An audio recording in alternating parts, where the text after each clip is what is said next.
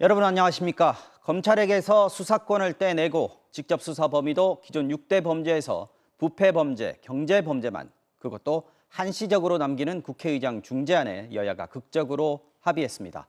중재안의 자세한 내용과 전격 합의에 이른 배경, 반발하는 검찰 차례로 전해드리겠습니다. 먼저 이기주 기자가 여야가 합의한 중재안의 내용부터 설명해 드리겠습니다. 오늘 오전 9시 45분. 박병석 국회의장이 대치 중인 여야의 최후 통첩을 보냈습니다. 자신의 중재안을 받으라며 받는 쪽 입장을 반영해 국회를 운영하겠다고 압박했습니다. 오늘 양당 의원총회에서 의장의 중재안을 수용해 줄 것을 강력히 요구합니다. 의장은 더 이상의 카드가 없습니다. 곧바로 각 당 의원총회가 이어졌고 국민의힘과 민주당이 잇따라 수용 의사를 밝혔습니다. 오후 3시 여야 합의문 발표로 이른바 검수완박 정국은 일단락됐습니다. 저희로서는 수사권 기소권의 분리라고 하는 대원칙이 이번에 또 수용되고 상생과 협력의 정치를 열었다는 점에 있어서 저는 큰 의의를 부여하고 있습니다. 이번 합의문의 핵심은 바로 이겁니다. 검찰이 가지고 있는 수사권, 기소권 가운데 수사권을 앞으로 완전히 폐지하기로 한 겁니다. 그러니까 검찰이 따로 인지해서 수사하는 거 앞으로는 못하게 하겠다는 겁니다. 그런데 당장 한 번에 하는 건 어려우니까 한시적으로 검찰의 직접 수사를 허용하기로 했는데요. 다만 그 범위는 대폭 줄였습니다. 기존의 6대 범죄, 그러니까 부패, 경제, 공직자, 선거, 방위사업, 대형 참사에서 부패 범죄와 경제 범죄 딱 2가지로 축소한 겁니다. 수사 대상이 줄어든 만큼 이 범죄를 수사하는 검찰 특수부의 숫자도 6개에서 3개로 줄였습니다. 한시적 허용이기 때문에 합의문대로, 오늘 합의문에 나와 있는 대로 1년 6개월 뒤에 가칭 중대범죄수사청이 출범하면 2개 남아있던 직접 수사권도 다 넘겨줘야 합니다. 그런데 검찰의 수사권이 모두 폐지되는 건 아니고요. 경찰이 송치한 사건에 대해서 수사가 제대로 이루어졌는지, 인권 침해는 없었는지 보완 수사를 직접 하거나 지시하는 건 앞으로도 가능합니다. 다만 보완 수사한다는 핑계로 검찰이 별건 수사하는 건 못하도록 제안했습니다. 이런 내용들을 담은 검찰개혁 법안을 여야가 이번 4월 국회에서 처리하기로 합의한 겁니다. 인수위도 여야의 중재안 수용을 존중한다며 환영의 뜻을 밝혔습니다. 극한 대치로 치닫다 박 의장의 중재로 극적인 합의를 이룬 검찰개혁 법안은 다음 주 법사위를 거쳐 28일이나 29일쯤 본회의에서 합의 처리될 예정입니다. MBC 뉴스 이기주입니다. 자, 민주당이나 국민의힘이나 어쨌든 이걸로 큰 고비는 넘긴 것 같습니다. 두 당이 이 중재안을 받아들일 수밖에 없었던 이유, 배경, 정치팀 김지경 기자와 함께 짚어보겠습니다. 자, 김 기자. 먼저 민주당이요. 내부 반발도 있긴 했습니다만 어제까지만 해도 기세로 봐서는 이대로 쭉 밀고 나갈 것 같았거든요. 그런데 오늘 중재안 받겠다고 꽤 빨리 결정을 했어요. 네, 그렇습니다. 민주당이 의석수는 많지만 법을 실제로 통과시키기 위해서는요. 국회의장이 법을 본회의에 상정도 해줘야 하고 또 필리버스터를 무력화시킬 수 있게 회기도 쪼개줘야 합니다. 네, 그런데 박병석 의장의 중재안을 내놓고 나서 또 이걸 따르는 정당 입장대로 국회를 운영하겠다 이렇게 얘기를 하니까 민주당 입장에서 다른 방법이 없었던 겁니다. 또 지방선거를 코앞에 둔 상황이다 보니까 여론, 특히 또 중도층 민심을 생각을 안 할 수가 없었는데요. 민생하고는 좀 거리가 있어 보이는 사법개혁 문제로 이렇게 계속 갈등이 불거지는 것도 좀 부담이었고요. 특히 최근에는 민영배 의원 탈당을 두고서 이게 꼼수다, 편법이다 이런 비판이 당 내에서까지 쏟아지다 보니까 좀 할 수 있는 선택지가 더 줄었습니다. 저희가 오늘 취재를 해보니까 강경파 의원들은 여전히 이 합의안에 좀 불만이 많았는데요. 그 의장이 퇴로를 열어줬다 그러면서 안도하는 의원들도 꽤 있었습니다. 물론 민주당이 이번에 후퇴만 했다고 볼 수는 없고요. 검찰 수사권을 완전히 없애지는 못했지만 직접 수사 범위를 2개로 줄였습니다. 그리고 무엇보다 수사 기소 분리라는 대원칙을 합의문 형태로 못을 박았고 또 처리 시한까지 정했다는 건 성과로 꼽고 있습니다. 직접 들어보겠습니다. FBI법이 처리되는 길게 보면 6개월 그리고 그 준비를 거쳐서 설립하는 1년 6개월 내에 이 2대 범죄도 이제는 직접 수사권이 폐지된다는 것입니다. 일단 민주당으로서는 뭐 좀 불만이 있긴 하지만 네. 그래도 원칙 같은 걸 못 박았다 이런 꽤 의의가 있는 성과를 거뒀다고도 할 수 있거든요. 네, 그렇게 평가하고 또 있습니다. 궁금한 건 네. 국민의힘입니다. 왜 받았습니까? 네, 국민의힘은 법안 처리를 막기 위해서 그 의원들한테 비상 대기령까지 걸어둔 상태였는데요. 지금 의석수로는 그 현실적으로 그 본회의가 열렸을 때 필리버스터 그러니까 무제한 토론 말고는 할 수 있는 일이 지금 없습니다. 그래서 중재안을 받아들이지 않았을 때 의장한테 민주당 뜻대로 움직이게 하는 명분만 줄 거다 이런 우려가 있었고요. 네. 물론 합의안에 대해서 국민의힘 안에서도 너무 많이 양보한 게 아니냐 이런 좀 불만들이 있습니다. 하지만 검찰의 수사권 그중에서도 핵심이라고 할 수 있는 부패와 경제 수사 이 부분을 살려서 실리도 챙겼다는 게 또 지도부의 생각입니다. 직접 들어보시죠. 네. 검찰의 보안 수사권, 즉 2차적 수사권은 그대로 유지가 되고요. 부정부패 범죄와 대형 경제 범죄 이 두 개에 대한 직접 수사 권한은 검찰에서 보유하는 것으로 중수청 같은 경우는 그때 되면은 대통령이 또 거부권을 행사할 수 있을 거니까 그때까지 일단 시간을 벌었다 이런 것도 좀 있겠네요. 네, 그런 측면도 있을 겁니다. 자, 어쨌든 합의가 됐고 두 당이 본회의 날짜까지 박았습니다. 그러면은 이제 변수 없이 일사천리로 쭉 가는 겁니까? 네, 여야 원내대표는 다음 주 구체적으로는 28일이나 29일에는 법을 통과시킨다 이런 구체적인 그 날짜를 얘기했고요. 네. 합의된 대로 일단 법안이 통과될 걸로 보입니다. 하지만 변수는 남아 있는데요. 그 가장 중요한 게 검찰 수사권 완전 폐지 시점입니다. 그 조항을 보면은 합의문 조항을 보면 검찰을 대신할 다른 수사기관 역량이 일정 수준에 이르면이라고 이렇게 모호하게 적혀 있습니다. 네. 좀 추상적이죠. 그리고 게다가 다른 조항에는 중수청 출범하면 다른 수사기관 권한을 조정한다 이렇게 돼 있는데요. 중수청을 1년 6개월 안에 만든다 이렇게 얘기하긴 했지만 법이 아니라 합의한 수준이고요. 그렇죠. 그리고 본격적인 추진 시점이 윤석열 당선인이 취임한 다음이다 보니까 만약 대통령이 반대할 경우에는 또다시 그 논란이 불가피할 걸로 보입니다.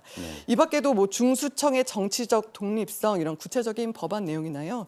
이번 합의문에는 포함되지 않은 민주당이 원래 추진하려던 법안 이런 걸 두고는 많은 공방이 여전히 예상이 되고 있습니다. 네, 여기까지 듣겠습니다. 자, 지금까지 정치팀 김지경 기자였습니다. 검찰은 들끓고 있습니다. 검찰총장을 필두로 최고지휘부가 줄줄이 사표를 냈습니다. 대검찰청 연결합니다. 자, 김지인 기자, 검찰 지휘부가 예전에도 이렇게 집단 사표를 던진 적이 있었어요? 검찰총장이 간부들의 사의를 만류하고 혼자 사퇴한 적은 있었지만 지휘부의 집단 사의는 사상 처음입니다. 김호수 총장은 오늘 낮에 모든 상황에 책임을 지겠다고 사의를 표했고요. 이어 대검 박성진 차장검사와 전국 고검장 6명도 바로 사표를 냈습니다. 김 총장은 사표 제출 직후에 차를 타고 대검찰청을 빠져나갔습니다. 첫 사표를 냈다 하루 만에 반려된 뒤에 이른바 검수완박 저지 선봉에 섰지만 반려 나흘 만에 다시 자리를 던졌습니다. 대검찰청은 국회의장 중재안은 검수완박을 잠시 미룬 것뿐이라며 단호히 반대한다고 밝혔습니다. 평검사 대표회의도 긴급 화상회의를 열고 여야가 합의했다면 서두를 이유가 없다면서 강행처리 중단을 요구했고요. 서울중앙지검과 광주지검은 간부들이 성명을 냈습니다. 검사들은 하늘이 무너지는 것 같다, 뒤통수를 맞았다, 검찰총장과 수뇌부는 뭘 한 거냐 이런 격한 반응을 쏟아냈습니다.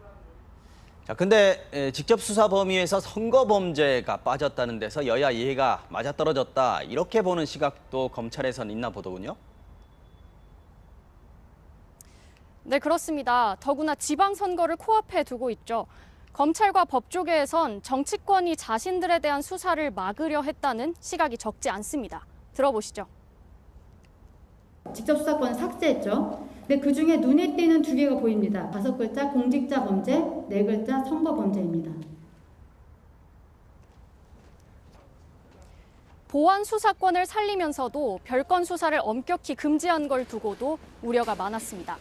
가령 경찰이 살인 사건을 송치했는데 검찰이 보안 수사를 하다가 공범의 증거 인멸 혐의를 포착했다 그래도 수사를 못하게 된다는 겁니다.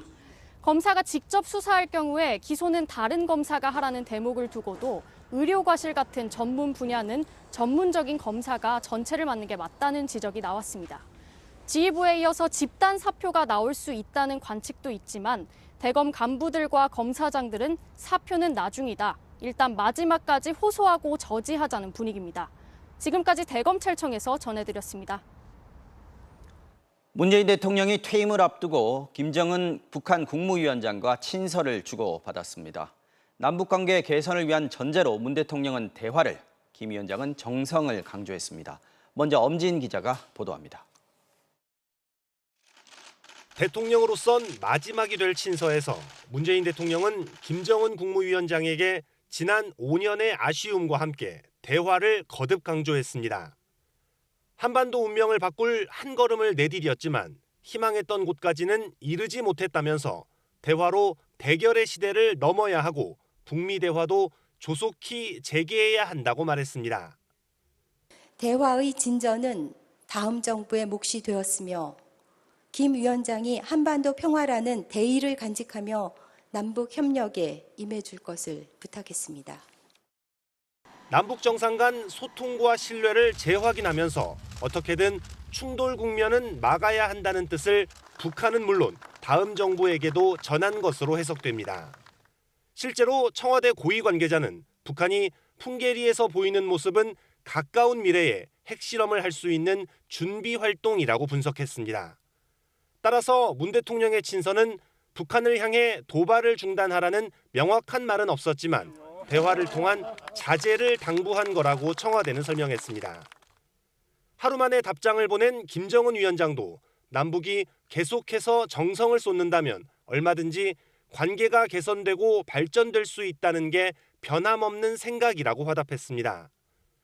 북한은 깊은 신뢰감의 표시라며 청와대보다 앞서 친서 교환 사실을 공개했는데 다만 대화를 강조한 문 대통령의 발언은 전하지 않고 거리를 뒀습니다. 문 대통령은 또 김 위원장에게 언제든 한반도 평화를 위해 마음을 함께하겠다고 했는데 퇴임 이후 남북 간 대화의 중재자 같은 역할을 염두에 둔 게 아니냐는 해석도 나왔습니다. MBC 뉴스 엄지인입니다. 북한이 친서 교환했다는 것 가지고 최근에 긴장을 풀 계기라고 보긴 섣부르다는 평가가 나옵니다. 또 북한의 친서 내용을 보면 문 대통령뿐 아니라 차기 윤석열 정부에 보내는 메시지도 같이 들어있는 걸로 보입니다. 홍익표 기자가 취재했습니다. 군사분계선을 넘어 처음 손을 맞잡았던 남북 정상.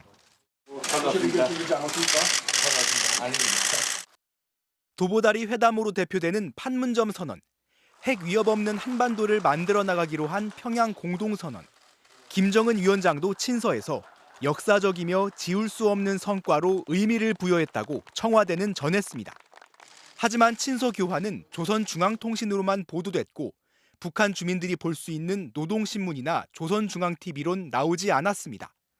미사일 발사와 금강산 시설 해체 등으로 이어온 남측에 대한 비판 기조는 내부적으로 유지되는 겁니다.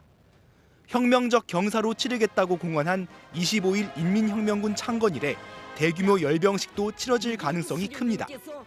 친서에 담긴 또 다른 메시지는 차기 정부에 대한 것이란 시각도 있습니다. 새로 시작하는 정부가 강경 정책을 시도할 경우에 도발에 대한 일종의 명분 쌓기도 그 안에 담겨 있다라고 볼 여지도 있겠죠.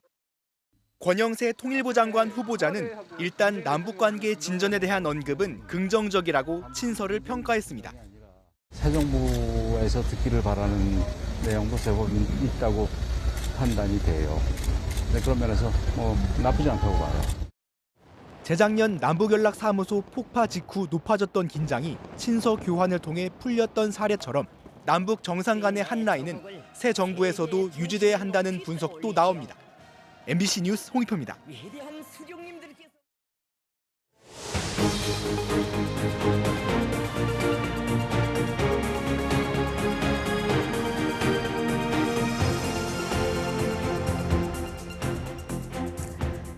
야구장의 함성 소리 많이들 그리우셨죠? 마침내 다시 들을 수 있게 됐습니다. 오늘부터 야구장에서 소리를 높여서 응원가를 부를 수 있게 됐는데요.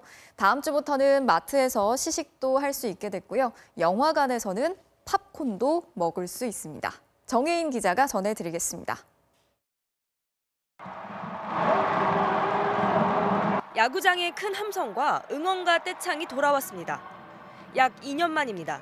육성원이 가능하죠. 맞습니다. 네. 사실은 야구장에 오는 것은 마음껏 소리 지르고 응원하는 재미가 큰데 침방울이 튈 수 있다는 이유로 육성 응원이 금지되면서 그동안 팬들은 박수만 칠 수 있었습니다. 정신 차려! 육성 안 돼요! 하지만 어쩔 수 없이 터져나오는 환호성까지 어떻게 막을 수 있겠냐는 불만이 제기돼 왔습니다. KBO는 지난 18일 방역 지침 완화 이후에도 자제 권고 대상이었던 육성 응원을 자체적으로 허용하기로 했습니다. 단 마스크는 꼭 써야 합니다. 텅 비었던 마트 시식대도 영화관 입구에서 제지당했던 팝콘도 다음 주부터는 원래대로 돌아옵니다. 원래 저는 영화관 팝콘 먹으러 오는 사람으로서 이게 먹고 들어가기도 뭐하고 해서 KTX와 고속버스, 비행기 등에서도 음식을 먹을 수 있습니다. 교통시설 내에서 환기를 보다 더 강화하기로 하였습니다. 음식을 드시는 시간 이외에는 가급적 마스크를 착용해 주실 것을 당부드립니다. 요양병원과 요양시설에서도 한시적으로 가족들이 직접 만날 수 있습니다. 가정의 달인 5월을 맞아 오랜 시간 얼굴을 맞댈 수 없었던 이들의 회포를 조금이나마 풀어주겠다는 취지입니다. 면회객은 최대 4명을 넘지 않아야 하는데 예방접종을 완료했거나 격리가 해제된 지 3일이 지나고 90일 이내인 확진자들만 면회를 할 수 있습니다. 또 면회 전 48시간 이내에 받은 코로나 검사 결과도 제출해야 합니다. MBC 뉴스 정인입니다.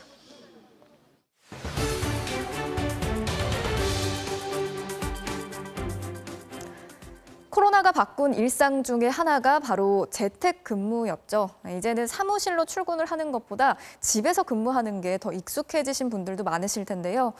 코로나의 긴 터널이 끝나가고 있는 지금, 과연 이 재택근무가 앞으로도 계속될 수 있을까요? 오늘 집중 취재에서는 재택근무의 미래를 짚어보겠습니다. 먼저 김하영 기자의 보도부터 보시겠습니다.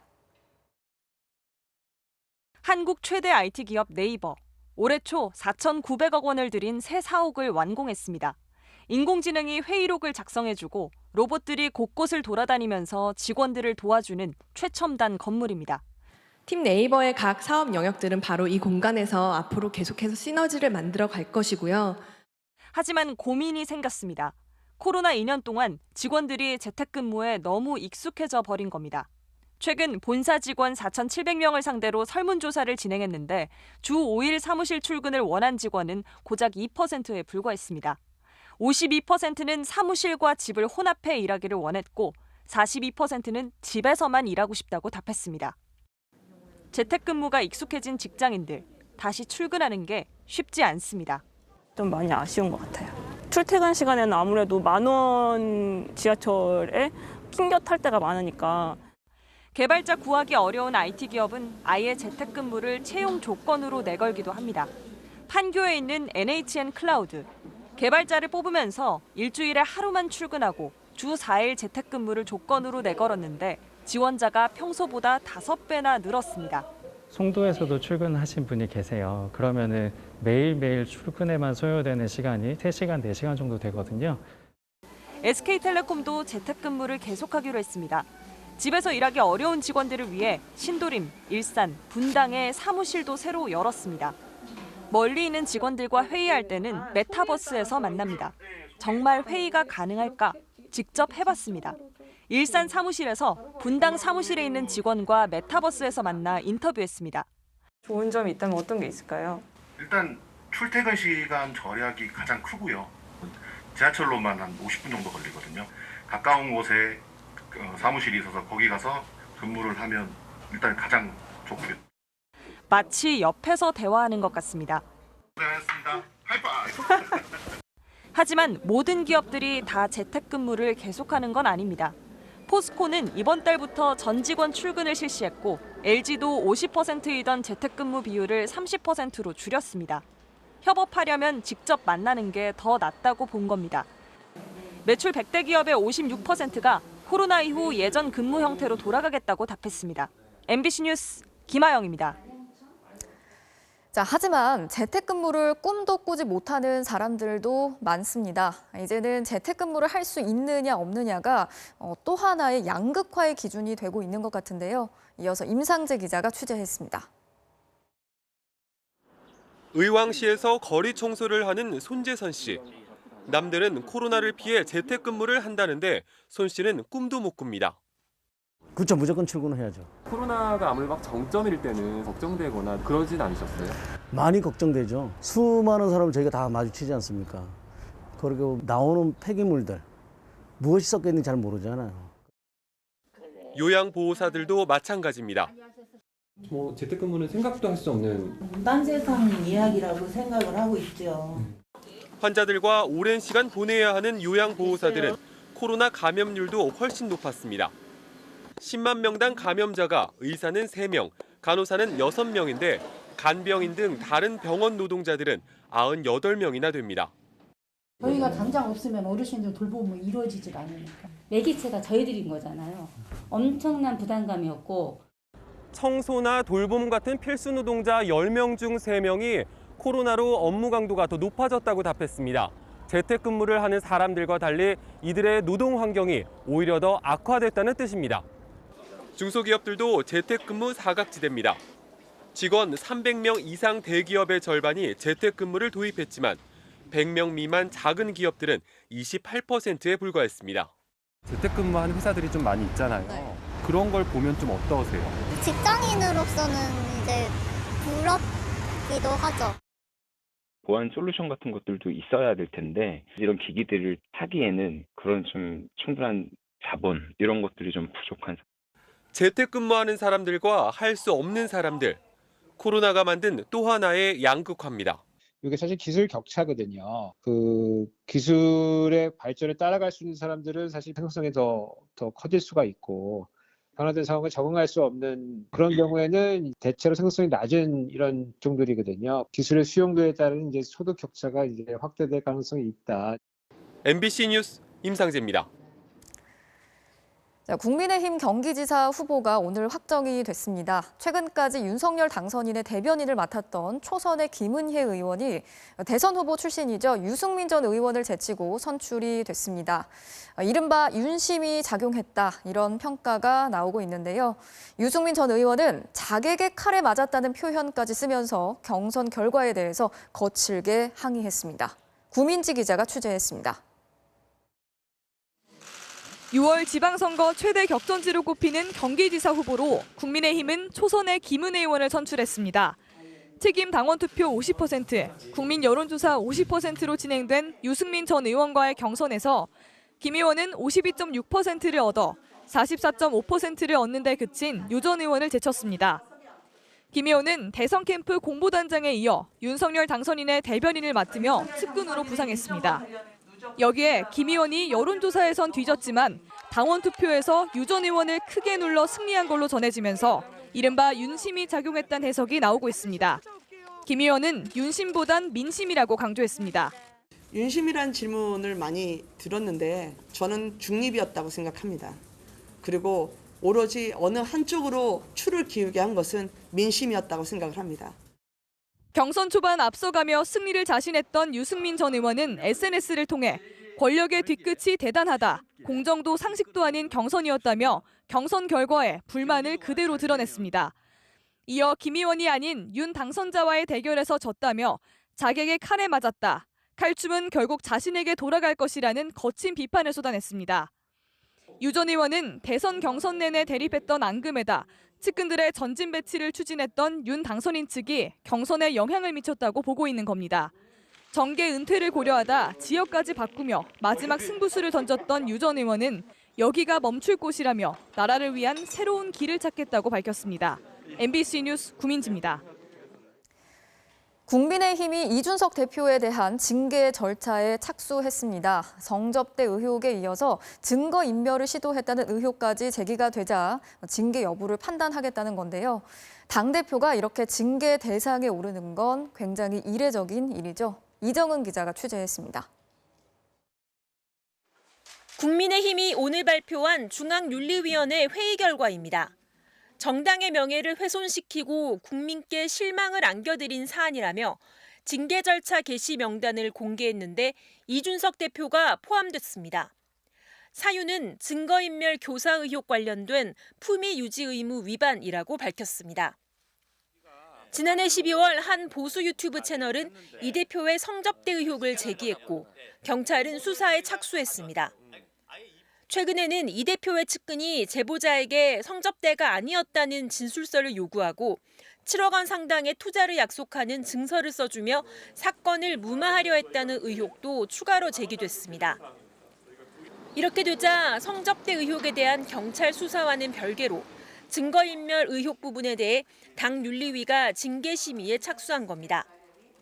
성접대 의혹은 윤리위가 자체 조사할 증거가 없지만 증거인멸 의혹은 녹취록을 자체 조사할 수 있다는 게 윤리위의 판단입니다. 국민의힘 윤리위 관계자는 새로운 내용이 나온 만큼 증서는 왜 작성됐는지, 녹취록은 어떤 내용인지 보기로 한 것이라며 징계 수위는 논의된 바 없다고 밝혔습니다. 당초 성접대 의혹에 대해 사실무근이라며 강하게 반발했던 이준석 대표는 윤리위 결정에 불편한 심기를 드러냈습니다. 수사기관에서 다루고 있는 문제이고 이것은 윤리위원회가 가타부타 판단을 내리기는 어려운 사안입니다. 결과가 빨리 나와가지고 이 논란이 일단락되었으면 하는 생각을 갖고 있습니다. 당 대변인도 윤리위 결정은 제소가 있어서 확인하는 절차일 뿐이라고 선을 그었습니다. 현직 당대표에 대한 당 윤리위의 징계 개시 결정은 초유의 일로 징계 결과에 따라 이 대표의 향후 정치 행보도 적지 않은 영향을 받을 것으로 보입니다. MBC 뉴스 이정은입니다. 장관 후보자들의 이른바 세테크가 논란입니다. 양도세, 증여세의 연말정산까지. 탈세가 아니라 합법적인 절세라는 건데 그 행태를 자세히 들여다보면 장관 되겠다는 사람들이 세금 덜 내기 위해 이렇게까지 했나 하는 말이 절로 나옵니다. 이지선 기자입니다. 이종섭 국방부 장관 후보자는 3년 전 서울 잠실의 아파트를 팔아 10억 원이 넘는 시세 차익을 거뒀습니다. 그런데 낸 세금은 수익의 1%, 1,100만 원 남짓에 불과했습니다. 어떻게 이런 일이 가능했을까? 이 후보자는 용산에 있는 관사의 가족들과 함께 살면서 부부 공동 명의의 서울 잠실 아파트와 수원 광교 고금 연립주택을 가지고 있었고 같이 살던 25살 큰딸에게는 사당동에 아파트를 사줬습니다. 세대 합산 3주택으로 양도세 중과 대상. 그러나 잠실 아파트를 팔기 전에 큰딸이 세대를 분리해 집에서 10분 거리에 있는 다가구 주택으로 주소를 옮겼습니다. 그 덕분에 2주택자가 된 이 후보자. 그런데 잠실 아파트를 팔 때 함께 갖고 있던 수원 연립주택은 지은 지 3년이 안 된 시점이었습니다. 세법상 일시적 2주택자로 인정돼 비과세 혜택을 받을 수 있었고 덕분에 1주택자에 해당하는 장기 보유 특별 공제도 챙겼습니다. 딸의 세대 분리를 시작으로 3주택자에서 세법상 1주택자가 된 이 후보자는 6억 원가량의 양도세를 절세할 수 있었습니다. 매각하기 직전 시기라고 할 수 있는 몇 달 전에 세대 분리를 했다라고 한다면 양도세 회피하려고 의도적으로 했다라고 볼 수 있는 거죠. 이 후보자는 딸이 직장에 다니기 시작해 나가서 산 것일 뿐 양도세 회피 목적은 아니었다고 해명했습니다. 이영 중소벤처기업부 장관 후보자는 증여세 회피 의혹이 제기됐습니다. 서울 서초구 방배동 어머니 집에 같이 살면서 집 일부에 대해 전세 계약을 맺은 겁니다. 전세 보증금 4억 원에 출입구 쪽 방 2칸과 화장실을 임대하고 거실과 주방은 공동으로 사용한다는 계약입니다. 부모 자식 간 비과세 증여 한도는 5천만 원. 그래서 보증금 4억 원은 사실상 증여한 건데 증여세를 피하거나 나중에 물어야 할 상속세를 줄여보려 한 거 아니냐는 의문이 뒤따랐습니다. 보통 사람들이 생각하기 어려운 절세 방식들을 사용하셨는데 이런 분들이 고위공직자로서 국민들에게 어떤 시그널을 줄 수 있을까? 그러나 이 후보자는 경제관념이 투철한 어머니께 전세금을 드린 거라고 부인했습니다. 한동훈 법무부 장관 후보자는 연말 정산을 하면서 소득이 있는 어머니를 부양가족으로 등록해 세금을 돌려받은 사실이 도와준 직원의 단순 실수라고 해명하기도 했습니다. MBC 뉴스 이지선입니다. 이종섭 국방부 장관 후보자는 국방부 산하 연구기관의 자문위원 신분으로 윤석열 대선 캠프 활동을 한 게 논란이 됐었는데요. 이때 어떤 자문을 했는지 그 목록을 저희가 입수했습니다. 보니까 자문 주제가 이런 겁니다. 램제트 추진 기술, 지향성 적외선 방해 기술, 무인기용 CMC 소재 개발. 저야 당연히 모르는 거고 군사 기술의 전문가가 아니면 아무리 육군 삼성 장군 출신이라 해도 이해하기 힘들 전문적인 연구들이라고 합니다. 이런 차례 자문료로 4,200만 원을 받았는데요. 이런 연구에 어떤 자문을 했는지 그 내용은 후보자 밝히지 않았습니다. 정동훈 기자가 단독 취재했습니다. 육군 삼성 장군으로 전역한 이종섭 국방장관 후보자. 전역 1년 뒤인 2020년 12월부터 지난 3월 말까지 각종 첨단 무기를 연구개발하는 국방과학연구소의 연구개발 자문위원으로 위촉됐습니다. 이 후보자가 실제로 어떤 자문을 했는지 자문 연구 목록을 입수해 살펴봤습니다. 화생방 정찰차 장비 운영 및 유지 기술 지원, 지상무기 램제트 추진 기술, 비행체 내연례 상마 시험, 관련 분야에 대한 기술적 전문 지식이 없고는 제목부터 이해하기가 쉽지 않습니다.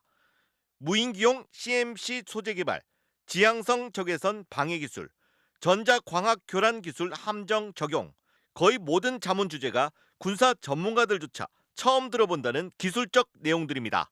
어떤 기술 집단 내에서도 지역적인 파트 부서에서 해야 될 일이지 삼성 장관이 알 수 있는 내용도 아니고 또 적절치도 않고 격에도 맞지 않는다. 한 달에 꼬박꼬박 5건씩 모두 70차례, 대부분 서면 자문이었습니다.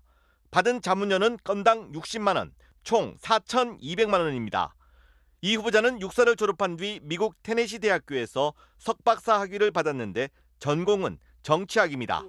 야전 경력 외에는 국방부와 청와대 안보수석실에서 국방과 한미동맹 정책 관련 업무를 맡은 경험이 있습니다. 합참 차장을 지냈지만 무기 운용을 살필 수 있는 자리지 개발 관련 경험이라긴 어렵습니다. 서면 자문한 내용의 공개를 요청했지만 이 후보 측은 기술적인 사안보다는 무기 개발 현황 등에 대한 자문을 주로 했는데 구체적인 내용은 보안상 공개가 제한된다고 밝혔습니다. 이 후보는 자문위원이던 지난해 8월 윤석열 당시 대선 후보 정책자문단에 합류했습니다. 그 후에도 최근까지 2,100만 원을 받아 정치활동 금지 의무를 위반해 부당 수령했다는 논란도 나오고 있습니다. MBC 뉴스 정동훈입니다. 이종호 과학기술부 장관 후보자의 아들이 SK 하이닉스에 인턴을 한 것으로 확인됐습니다. 학점을 딸 수 있고 보수도 받는 인턴 자리였는데 이 후보자는 10년간 SK 하이닉스와 공동 연구를 해왔습니다. 그래서 이른바 아빠 찬스 의혹입니다. 조명아 기자의 단독 보도입니다. 반도체 연구의 권위자로 알려진 이종호 과학기술부 장관 후보자는 최근 10년간 SK 하이닉스와 공동으로 연구를 진행했습니다. 43억 원의 연구비를 하이닉스로부터 지원받아 5건의 특허를 공동으로 출원했습니다. 특히 2018년부터 시작한 모든 연구 과제는 SK 하이닉스와 함께했습니다. 그런데 2019년 여름 서울대 전기정보공학부를 다니던 이 후보자의 아들이 SK 하이닉스에서 6주간 인턴에 참여한 것으로 확인됐습니다. 반도체 연구개발 업무를 하는 자리였습니다. 전형에는 28명이 지원해 18명이 합격했습니다. 회사에서는 학생들이 작성한 자기소개서나 성적표 등 보고 선발을 한 다음에 최종적으로 실습을 6주 이상 이 후보자 아들은 6주간의 인턴 프로그램을 마친 뒤 3학점과 260만 원의 보수를 받았고 무엇보다 전공 분야에 필요한 스펙도 쌓을 수 있었습니다. 당시 인턴 채용은 이름과 사진 등 개인정보가 공개된 상태로 진행돼 이 후보자의 이른바 아빠 찬스 의혹이 제기됩니다. 아버지가 공동으로 수십억의 연구를 하고 있는 대기업에 인턴십으로 참여하는 등 서울대 교수인 아버지의 찬스, 아빠 찬스를 사용한 것이 아닌가라는. 이에 대해 이 후보 측은 아들은 과는 같지만 이 후보자와 세부 전공이 달라 반도체 업체의 인턴 경력이 크게 도움이 되지 않는다며 특혜를 받을 이유가 없다고 해명했습니다. MBC 뉴스 조명아입니다. 윤석열 당선자의 부인 김건희 씨가 국민대 겸임교수 지원 당시 허위 학력과 허위 경력을 적었던 사실이 올 초 교육부 감사로 드러났었죠. 당시 교육부는 국민대에 임용 취소 등을 요구하겠다고 밝혔었는데 실제로는 이루어지지 않았고 국민대 측도 감사가 확정된 이후 2달 넘게 아무런 조치도 취하지 않고 있는 것으로 MBC 취재 결과 확인됐습니다. 정영훈 기자입니다. 지난 1월 교육부는 감사 결과 김건희 씨가 2014년 국민대 겸임교수 지원 당시 제출한 서류에 문제가 있다고 지적했습니다. 서울대 경영학과 석사라고 적었지만 실제로는 서울대 경영전문대학원 경영전문 석사를 취득했고 한국폴리텍대학에서 부교수를 지냈다고 썼지만 실제로는 시간 강사와 겸임 교수였다는 겁니다. 특히 김 씨가 국민대 출신이라는 이유로 면접마저 건너뛴 사실이 확인되면서 교육부는 엄중 조치를 예고했습니다. 임용 지원서상 학력, 경력 사항을 검증하고 임용 취소 등 규정에 부합하는 조치를 하도록 요구할 예정입니다. 그러나 말뿐이었습니다. 교육부 관계자는 국민대에 보낸 문건에는 규정에 부합하는 조치를 하라고 요구했을 뿐 임용 취소란 문구 자체는 없다고 밝혔습니다. 사실상 국민대로 공을 넘긴 셈인데 학교 규정에 따르면 지원 서류에 허위 사실이 발견되면 임용을 취소한다고 명시돼 있습니다. 학교 측의 재심 청구가 없어 지난 2월 말 감사 처분은 확정된 상황. 국민대가 규정대로 조치하면 김 씨의 교수 경력은 삭제됩니다. 하지만 2달이 다 되도록 아무런 조치도 하지 않고 있습니다. 세부적인 사항에 대해서는 자세히 말씀드릴 수는 없으나 내부 절차에 따라서 진행할 계획입니다. 국민대는 김 씨의 논문 표절 의혹과 관련해서도 120일 넘게 재조사를 하고도 발표를 미루고 있습니다. 학교 측이 감사 처분에 불복해 행정심판이나 행정소송을 제기할 경우 최종 결정이 상당 기간 지연될 가능성도 있습니다. MBC 뉴스 정영훈입니다. 러시아와 일본 사이에 있는 쿠릴 열도입니다. 일본 홋카이도 위의 북방 영토 4개 섬은 일본의 2차 대전 패망 이후 러시아에 귀속됐는데 일본이 오늘 발표한 외교 청서에서 러시아가 불법 점거하고 있다며 영토 분쟁을 공식화했는데요. 이 말이 품고 있는 의미가 심상치 않아 보입니다. 도쿄에서 현영준 특파원이 보도합니다. 러시아가 쿠릴 열도 4개 섬을 불법 점거하고 있다고 일본이 적시한 건 19년 만입니다.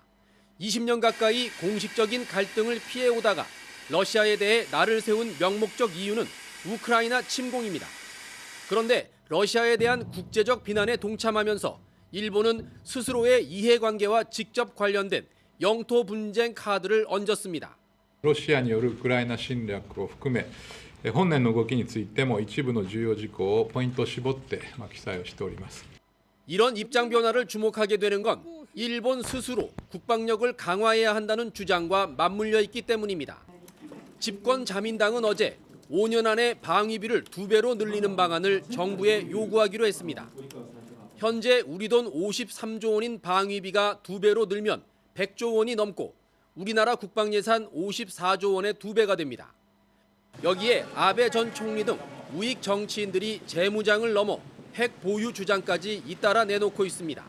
北朝鮮の核ミサイル能力の強化に対応するためのいわゆる反撃能力の保有などについても議論がなされると. 중국 관영 글로벌 타임스는 오늘 일본이 군사력 확대를 위해 우크라이나의 위기를 이용하고 있다고 비판했고 미국 뉴욕 타임스도 최근 일본의 재무장 추진 속도에 우려의 목소리를 전했습니다. 이번 외교 청서에서도 일본은 독도가 자신들 고유 영토라는 주장을 5년째 반복했습니다. 우리나라 차기 정부 한일 정책 협의단 방문을 이틀 앞두고 발표된 외교 청서 탓에 우리 협의단과 일본 정부 간 논의 과정도 순탄치만은 않을 것으로 보입니다. 도쿄에서 MBC 뉴스 현영준입니다. 도로에서 우회전을 하는 차량에 치여서 길을 건너던 사람이 숨지는 사고가 잇따르고 있죠. 일반 승용차도 위험한데 대형 화물차의 경우에는 오른쪽 사각지대가 2배에 달하는 것으로 나타났습니다. 더 이상의 사고를 막으려면 어떻게 해야 할지 김세영 기자가 취재했습니다. 서울 반포역 근처의 횡단보도. 근처에 공사장이 있어 화물차가 수시로 지나다니지만 신호등조차 없습니다. 지난 14일 여기서 길을 건너던 70대 여성이 우회전하던 화물차에 치여 숨졌습니다. 이 흰천에 이렇게 덮여져 있었고 그 가족분 되시는 분이 계속 여자분 땅바닥 주변에서 막 우셔가지고. 40대 김모 씨는 그렇게 순식간에 어머니를 잃었습니다. 엄마가 뒤를 따랐는데 그게 보이지가 않았는지 엄마가 앞바퀴에 같이 쓸려가지고 머리랑 목 쪽에 다치셔서. 지난해 12월에는 인천의 한 초등학교 앞에서 화물차가 신호를 무시하고 우회전하다 초등학생을 치여 숨지게 했습니다. 사고를 낸 운전자들은 한결같이 보행자를 보지 못했다고 말했습니다.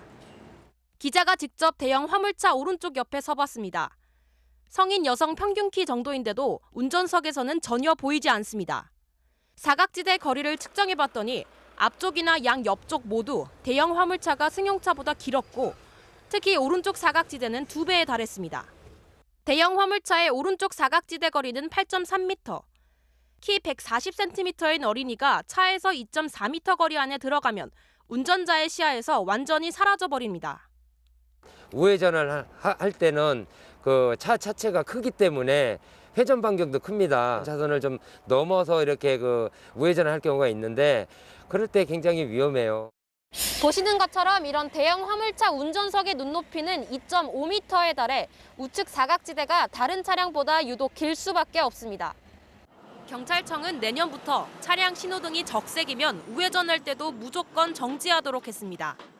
최근에는 사각지대를 없애주는 카메라가 설치된 화물차도 나오고 있지만 아직 극히 일부입니다. 지난 2018년부터 3년간 우회전 차량에 치여 목숨을 잃은 보행자는 212명. 사고 차량 넉 대 중 한 대는 화물차였습니다. MBC 뉴스 김세영입니다.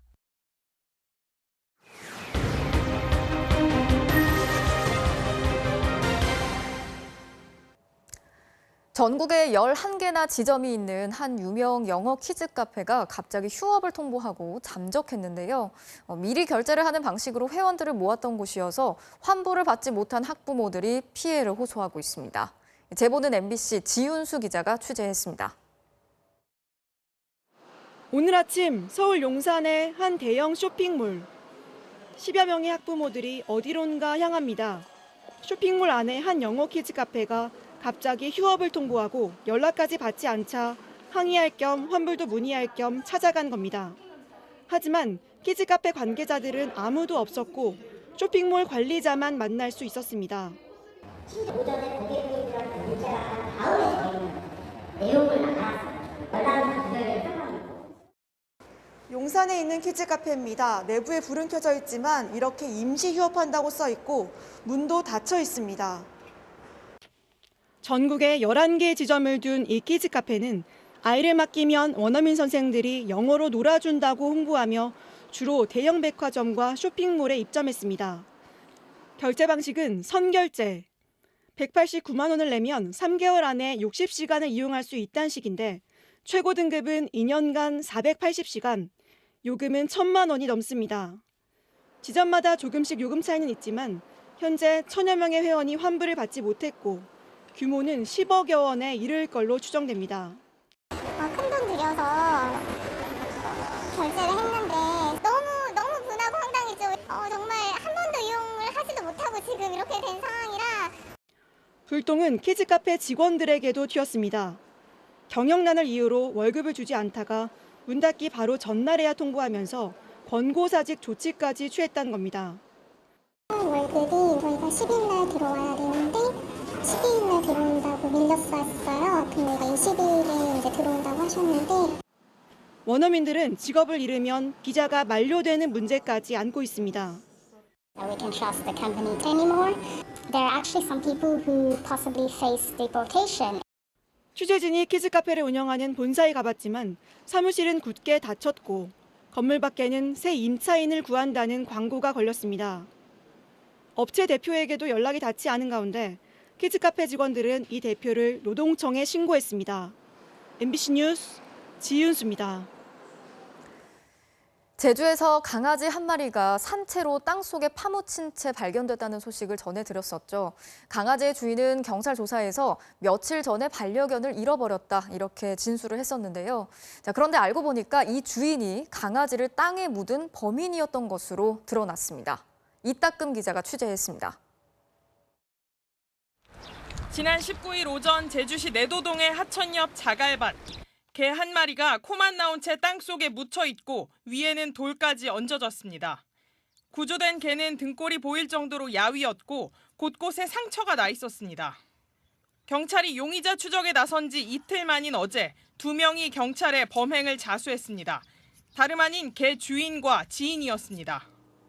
개가 구조된 뒤 등록칩을 확인하고 찾아온 경찰에게 3, 4일 전 개를 잃어버렸다고 둘러댔던 개 주인은 자수를 하면서 자신이 개를 매장했다고 털어놨습니다.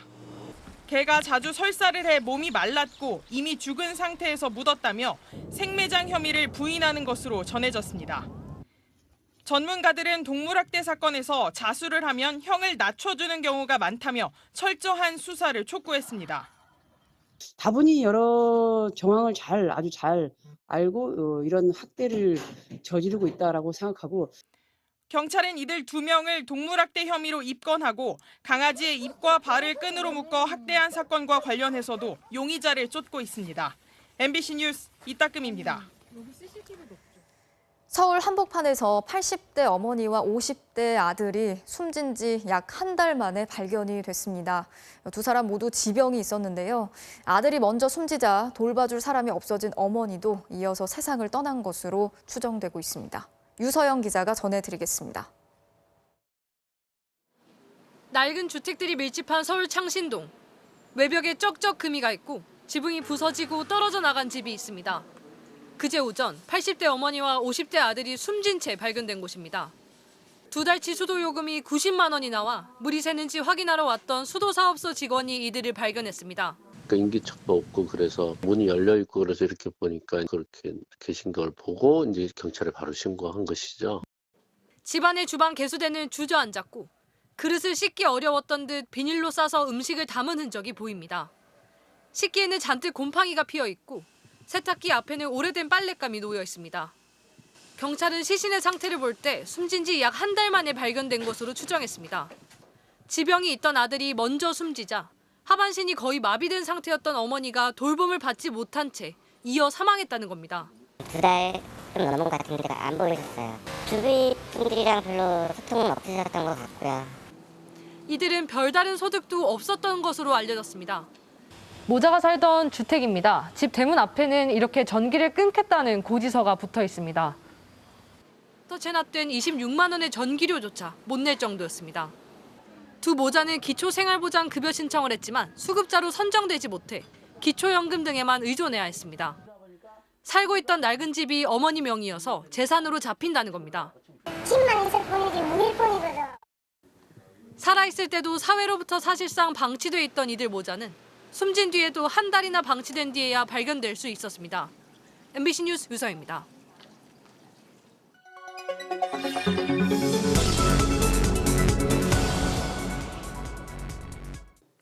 알고 보니 시작합니다. 앞서 보신 대로 숨진 80대 노모와 50대 아들이 기초생활보장수급 지원을 받지 못한 이유는 바로 이 80년 넘은 낡은 집 때문이었습니다.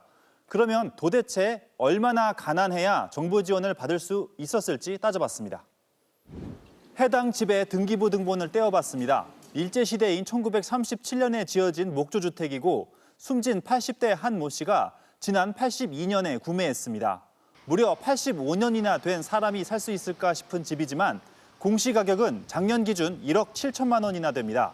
정부는 실제로는 수입이 없더라도 집이 있고 그 가격이 6,900만 원이 넘으면 나름의 공식을 적용해 월 소득이 있는 것으로 계산을 합니다. 이런 계산으로 나온 해당 모자의 월 소득 인정액은 280여만 원.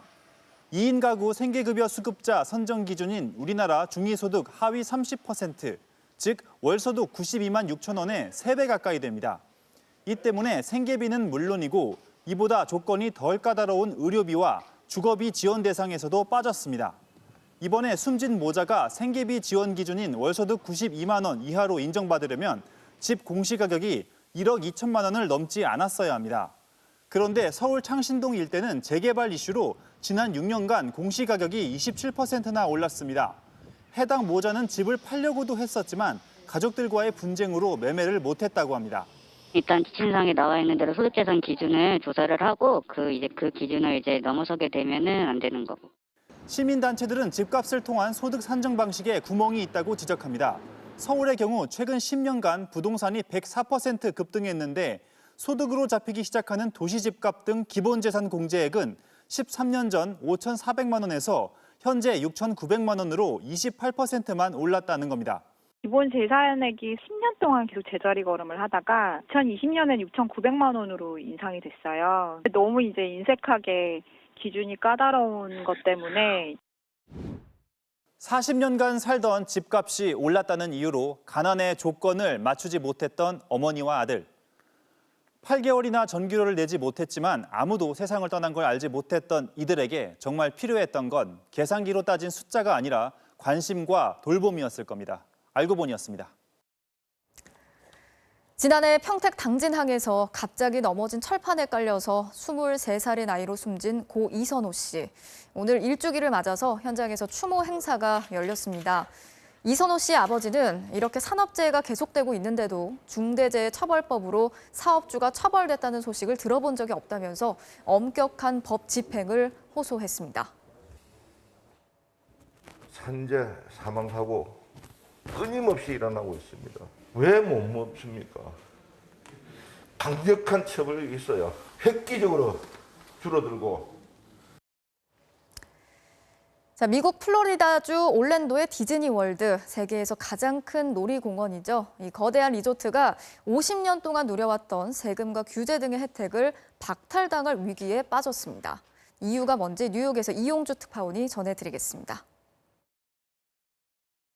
미국 플로리다주 올랜도의 세계 최대 놀이공원 디즈니 월드 리조트. 지난 1971년 문을 연 이 리조트는 플로리다주로부터 각종 규제와 세금이 면제되는 특별 혜택을 받으며 말 그대로 디즈니 왕국의 지위를 누려왔습니다. 그런데 이 왕국이 이 혜택을 모두 박탈당할 위기에 빠졌습니다. We wouldn't have been looking at special districts if Disney had not behaved the way they did. By doing that, we looked at it and we realized there was a problem. 직접적인 이유는 디즈니가 학교에서 동성애 교육을 금지하도록 하는 법안에 반대했기 때문입니다. 미국의 대표적 보수 지역인 플로리다. 제2의 트럼프라고 불리는 이곳 주지사에게 동성애를 언급할 수 있게 하고 게이라는 말을 쓸 수 있도록 하자는 디즈니는 눈에 가시가 됐습니다. 디즈니의 변화는 작년부터 있었습니다. 불꽃놀이 시작을 알리는 디즈니랜드의 인사말에선 이미 신사숙녀, 소년, 소녀 같은 고정적인 성 표현이 빠졌습니다. Good evening, ladies and gentlemen, boys and girls, dreamers of all ages. Good evening, dreamers of all ages. 디즈니는 또 도널드 덕, 미키마우스 같은 캐릭터의 절반 이상을 성적, 인종적 소수자를 대변하도록 하겠다고 밝혔습니다. 보수 진영은 디즈니 월드 앞에서 연일 집회를 열며 압박을 가하고 있습니다.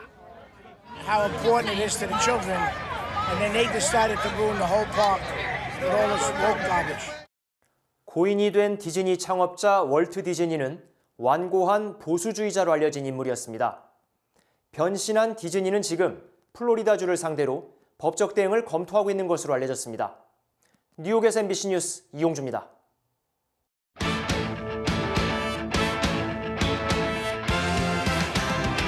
오늘 밤 스포츠 뉴스입니다.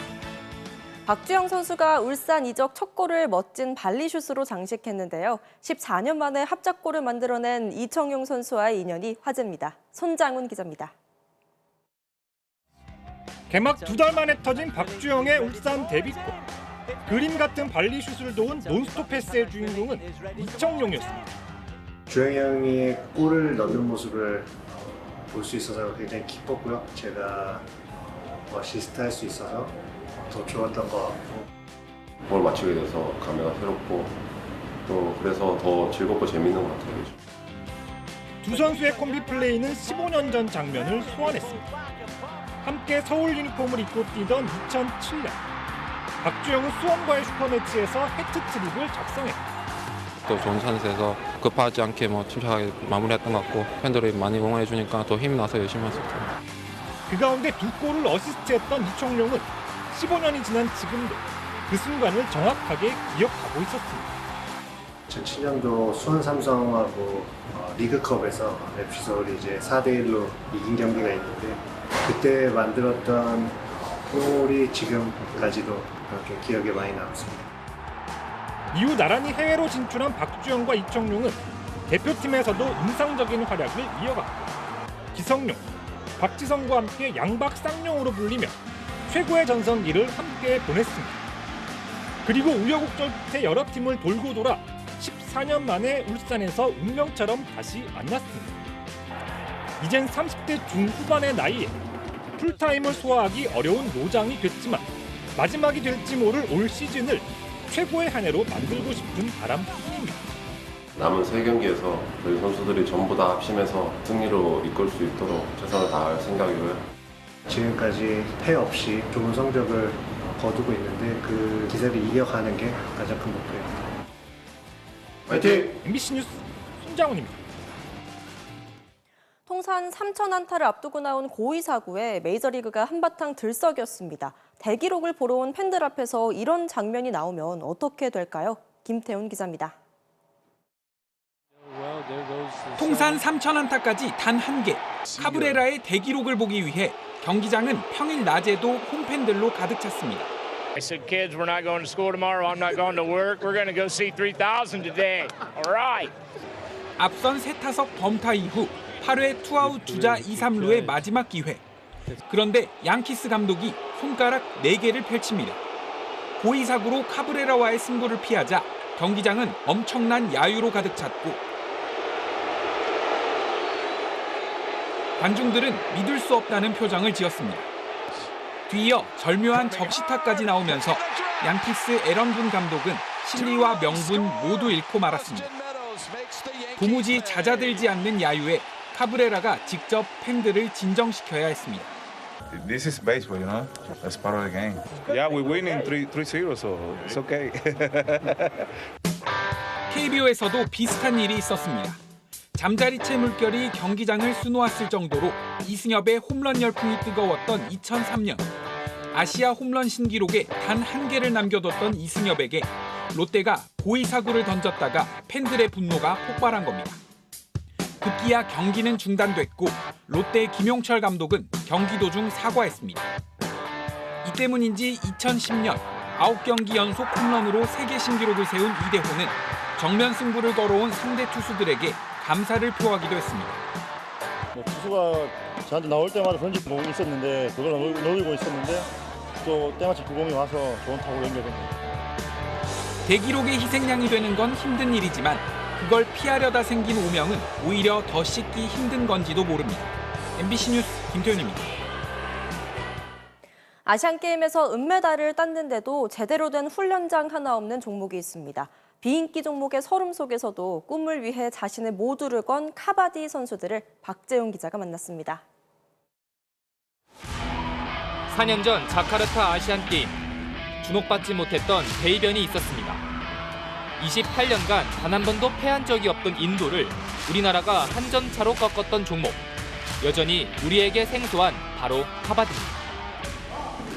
때로는 술래잡기 같다가도 어느새 격투기로 돌변하는 이색 스포츠. 그럼 카바디가 어떤 종목인지 제가 한번 직접 체험해보겠습니다. 공격 시 손이나 발로 상대를 터치하면 1점, 붙잡히면 1점을 내주는 방식인데 생각보다 격렬한 움직임에 금세 숨이 차고 체력 소모가 엄청났습니다. 카바디 홍보를 위해 예능에도 출연 중인 이장군. 아시안게임에서 은메달과 동메달을 따냈지만 달라진 것 하나 없는 현실이 안타깝습니다.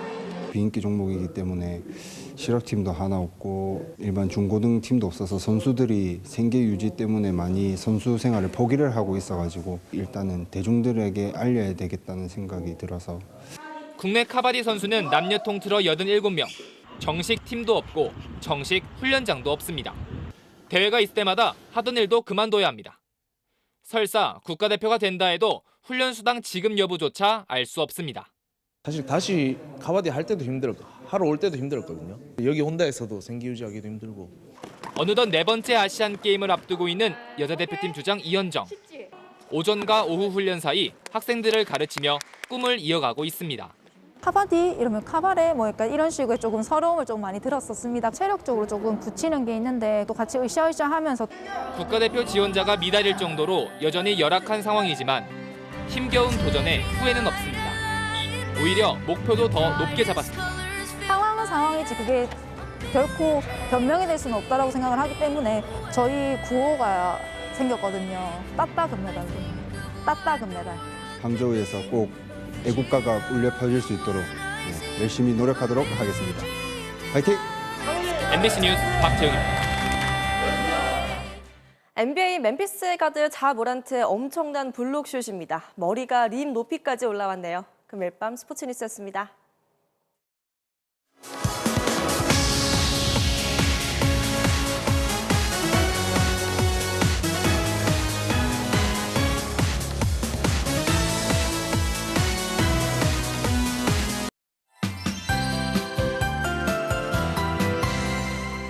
오늘 서울은 비가 오는 둥 마는 둥 날이 잔뜩 흐렸습니다. 주말인 내일은 다시 맑아지겠는데요.